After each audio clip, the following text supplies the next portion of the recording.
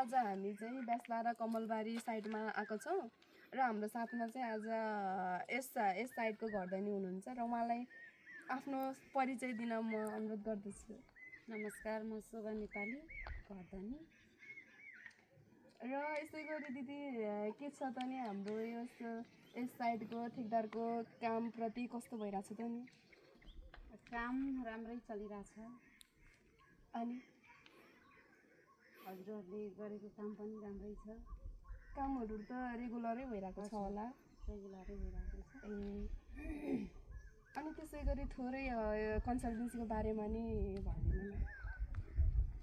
कन्सल्टेन्सीको बारेमा भन्नुपर्दा सजिलो रहेछ। अब जे कुरा पनि सोधेर गर्न पाउने है। हजुरहरूलाई अब यहाँ बोलाउँदाखेरि पनि आइदिनुहुन्छ। अब कसैले अब नयाँ घर बनाउनु हुनुहुन्छ भने पनि स्विट होमलाई सम्झिनु होला। हामीलाई चाहिँ यसको सेवा सुविधा एकदम सहज लाग्यो। जे कुरा पनि सोध्न पाइने है। त्यही नै हो। धेरै धेरै धन्यवाद दिदी तपाईँलाई।